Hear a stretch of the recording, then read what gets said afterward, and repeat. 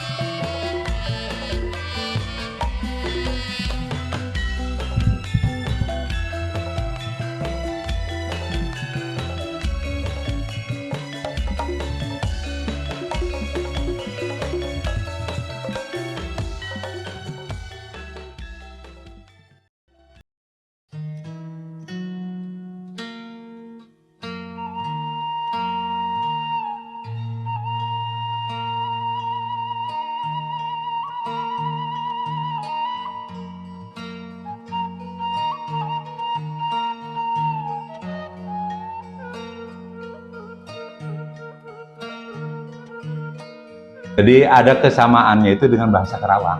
Untuk Sunda yang ada di Karangjaya itu persis, termasuk intonasinya juga persis intonasi Kerawang.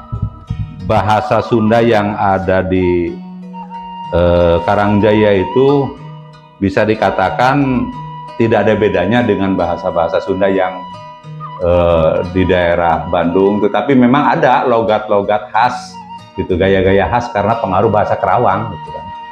Bahasa Kerawang contohnya kan menggunakan kata na gitu kan.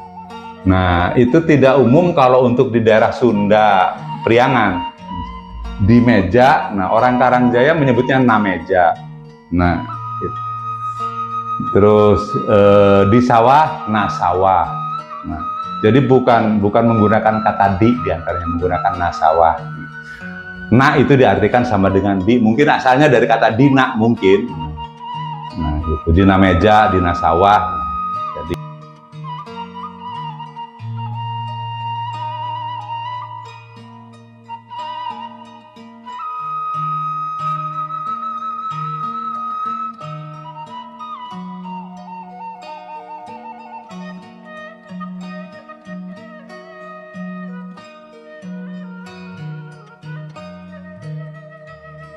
Sunda Karangjaya itu jadi pengaruh dari Kerawang, mayoritasnya dari Kerawang. Hanya setelah pergerakan nasional itu banyak orang-orang yang dari Bandung, dari Sumedang yang melarikan diri dari apa, mau ditangkap oleh Belanda lah gitu kan, mau ditangkap oleh Belanda, melarikan diri bersembunyi di situ. Nah, seperti ya termasuk ada Bah Emeng, ada Bah Gendut, itu mereka adalah para pejuang yang bersembunyi di sini, termasuk salah seorang wedana dari Bandung namanya Raden Jaya Atmaja. Nah, itu melarikan diri bersembunyi di daerah sini. Itu setelah zaman pergerakan nasional. Jadi mayoritasnya itu orang-orang Sunda yang ada di wilayah Anjatan, Haurgelis, itu kebanyakan pendatang dari daerah Sunda, dari Kerawang, dari Sumedang, dari Subang. Yang jelas membuka hutan, membuka lahan gitu, untuk perkembangan pertanian. Motif yang dari Kerawang ke sini itu membuka lahan untuk pertanian. Gitu. Nah, sana kebetulan di daerah sini itu kan masih luas, gitu, masih hutan. Sementara mungkin kan di daerah Kerawang itu sudah dibuka luas dan sudah hampir rata-rata sudah punya pemilik kan, sudah ada pemiliknya.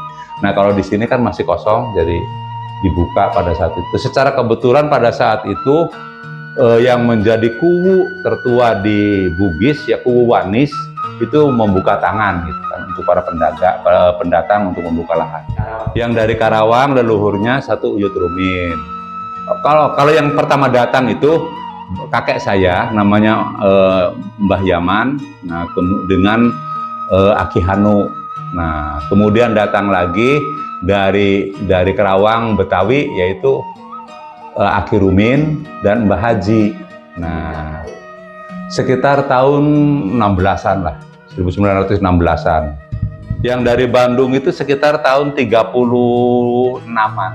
Nah, yang datang itu dari sana ada Abah Emeng, ada Abah Gendut, terus ada Raden Jaya Atmaja. Nah, itu memang orang-orang lari dari Bandung yang melarikan diri lah ke sini untuk menyelamatkan diri dari kejaran Belanda pada saat itu. Yang dari Sumedang kebanyakan itu pedagang. Nah, tahun sekitar 40-an lah. Nah, sekitar tahun 40-an itu para pedagang, rata-rata orang Sumedang yang datang ke sini itu adalah pedagang kredit, kan?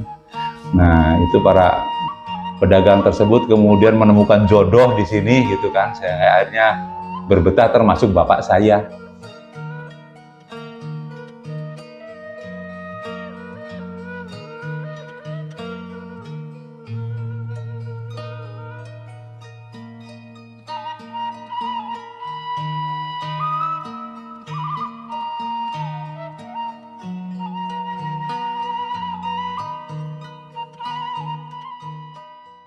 Jadi menurut mbah saya, di Anjatan pun belum ada, Mas. 18-an sekian itu baru pedukuhan kecil, contoh Gadel, itu desa tua. Nah, terus lagi ya Kedung Dawa, itu lama, itu tua. Nah, Semuradem juga tua tuh, Mas. Nah, terus Bogis tua, itu ya tua. Nah, Haurgelis itu belum ada waktu itu. Nah, mulai perkembangan ya menjelang 18 sekian, Salam Dharma itu dibangun, maka bermuncullah baru tenaga kerja dari berbagai kota, mulai dari Indramayu, dari macam-macam, sampai dari Brebes, macam-macam. Nah, biasanya itu di sungai-sungai. Nah, mulai selesai di Bogis itu, Mas, kata mbak saya itu 1910 itu baru sampai di Bogis itu. Nah, Anjatan dan lain-lain itu ya 1921. Sejarah Bugis sendiri sebetulnya dulunya itu sangat luas, Pak. Bugis itu sampai Cipancuh, Haurgelis. Nah, kemudian Bugis di Mekar, ada pemekaran kecamatan, nah sebagiannya ke bawah ke Haurgelis. Nah, tertinggallah Bugis lama yang sekarang di Mekar menjadi 4 desa, yaitu Desa Bugis, Bugis Tua, Salam Dharma, dan Mangunjaya, yang dikenal dengan B2MS itu. Nah, di situ ada 2 bahasa daerah, ada Sunda, ada Jawa. Nah, Sundanya tadi sudah saya terangkan. Untuk Jawanya, ada yang datang dari Brebes, gitu. Ada yang datang dari Junti, ada yang datang dari Cirebon, ada yang datang dari Kertasmaya.